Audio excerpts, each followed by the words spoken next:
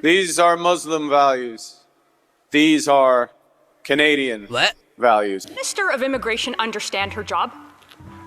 Sure.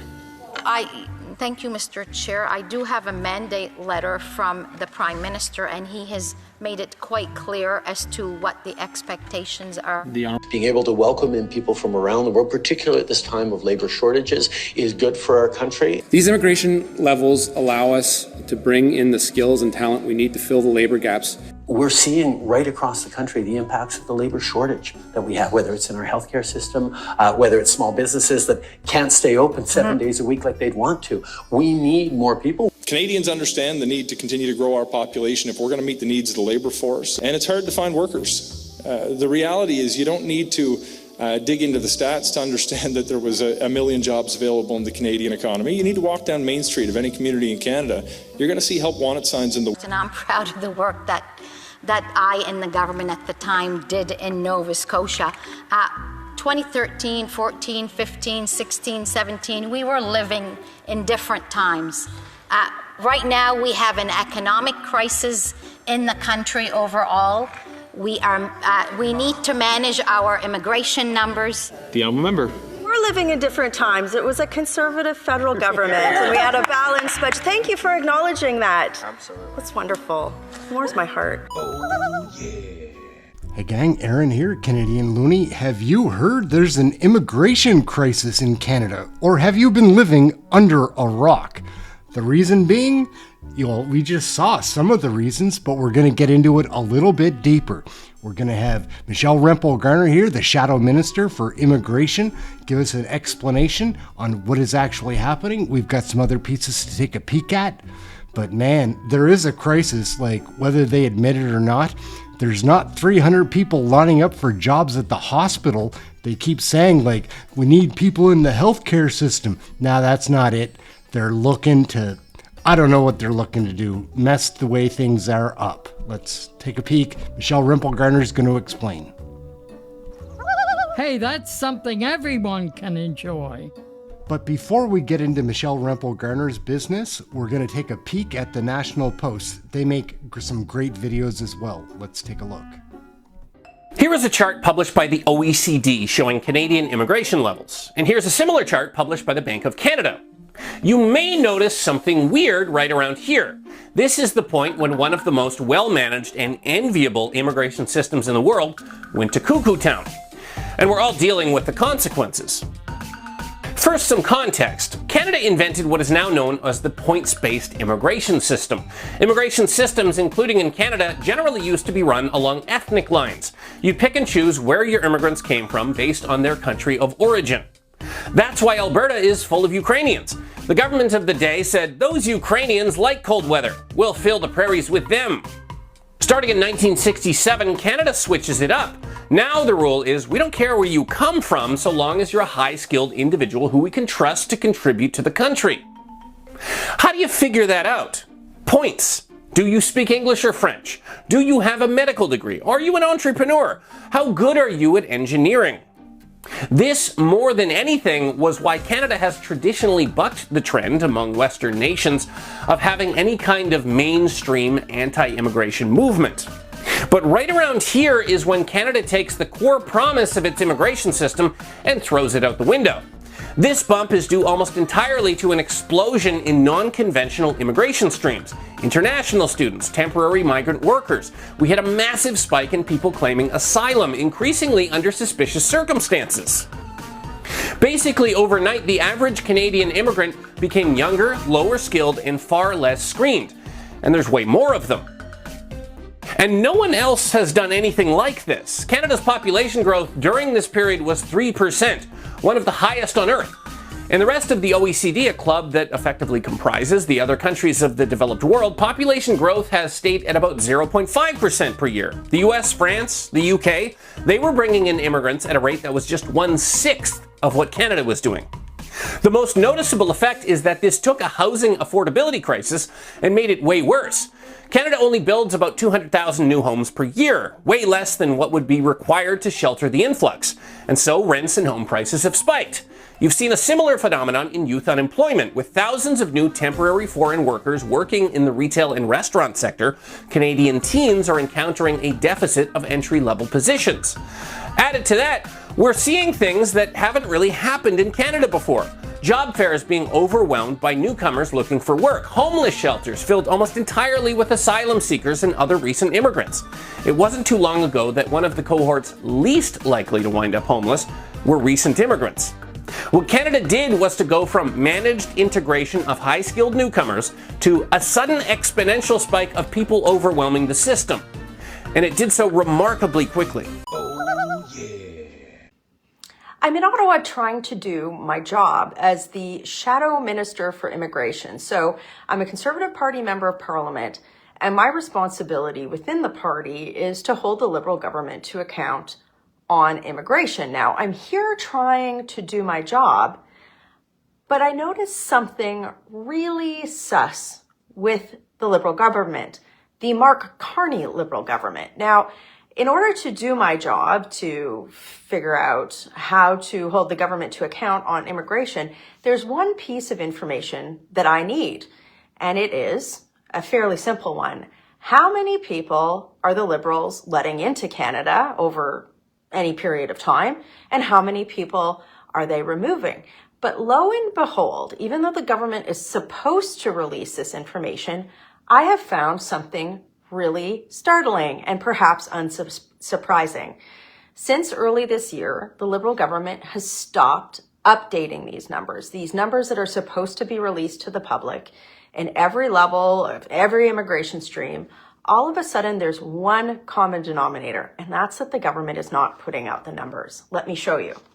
So, first of all, asylum claim data, right? So this is the number of people that enter the country and then claim asylum. They want to be deemed refugees by the country. This is data that we need to know, that provinces need to know in order to, deal with all the benefits that these people take up when they come to Canada. And, it's also, we need to know in terms of the backlog, right? Well, this hasn't been updated since April, as far as I can tell. So that's several months now. They're supposed to be updating it more often than that. Irregular border crossers. That's the euphemism they use for people who illegally cross the border into Canada and often claim asylum. That hasn't been updated since March. What else do we have here? Oh, Canada Border Services Removal Program statistics. So this is the number of people that CBSA removes from the country. That hasn't been updated since last year, since the end of 2024. Let's keep going here. What else was I looking at today? Oh, the TFW program, the Temporary Foreign Worker Program, different streams of that. Most of them haven't been updated since March. Why would the Liberal government, why would Mark Carney, why would they go into an election and not want the immigration levels published? Do you think that there's something that they have to hide in there? Why wouldn't they want me or you to know how many people they've let into the country in these various streams? These are numbers that should be updated by now. I'm trying to prep to get ready for the fall session. I'm working hard here in the middle of the summer, getting ready to hold the Liberals to account in the fall session, hopefully earlier than that. And yeah, no numbers, nothing released. So I'll leave it to you. Why do you think Mark Carney and the Liberal government are hiding the numbers of people that they're allowing into the country, and that they're hiding the numbers of people that CVSA may, or as the case may be, may not be removing from the country? I wonder why they have something to, they probably have nothing to, it's probably fine, right? I don't think so. So please, I need you to share this video far and wide. And there's something else I need you to do too. In the link in the comments is a link to my newsletter. And when you click subscribe to that, it helps me directly communicate with you and get around Justin Trudeau's censorship bans, or news bans. If you click on that, I can tell you about these things that you're not necessarily going to see in the mainstream media. The fact that the Liberal government hasn't updated its removal numbers since the end of last year. This is Canada, and the government isn't even publishing the information that they're supposed to publish. It's absolutely wild. So click on the link, click subscribe. It's free. It lets me directly communicate with you as I try and do my job here, but also make sure you share this video so people understand that the Liberals are not, they're hiding this information from you. They're hiding this information from everybody. How are we supposed to plan for housing, for healthcare, and for jobs if the Liberals are not open and honest about this information? It's absolutely wild and absolutely wrong. So I'm going to continue to hold them to account, try and get this information, but if you can help me put pressure on them by sharing this video, it would be great. Working hard for you in Ottawa. Have a great day. Oh, yeah. The amount of time spent on vetting Mohammed Khan, he was the student arrested last year for plotting an ISIS attack in New York, whose social media had extremist content. Was that sufficient? Sure. Well, thank you so much, Mr. Chair. I mean, CBSA would be more the department that would be able to answer type questions like that. The honourable member. The minister is responsible for vetting and letting in Canadians. Does she think that sufficient time was spent on vetting him? Minister. Again, Mr. Chair, these questions are better suited to the public safety and the Canada Border Service. The honourable member. Minister of Immigration understand her job? Minister. Thank you, Mr. Chair. I do have a mandate letter from the Prime Minister, and he has made it quite clear as to what the expectations are. The honourable member. Does the minister believe that non-permanent residents should be deported if they are charged and convicted with a criminal offence? The honourable minister. Thank you very much, Mr. Chair. These are security matters and security issues, and of course, that's public safety, and CBSA takes control of that. Honourable member. Immigration question. She decides who comes into Canada. Does she believe that non-permanent residents who have been convicted of a criminal offence should be deported? Yes or no? Honourable minister. So thank you very much, Mr. Chair.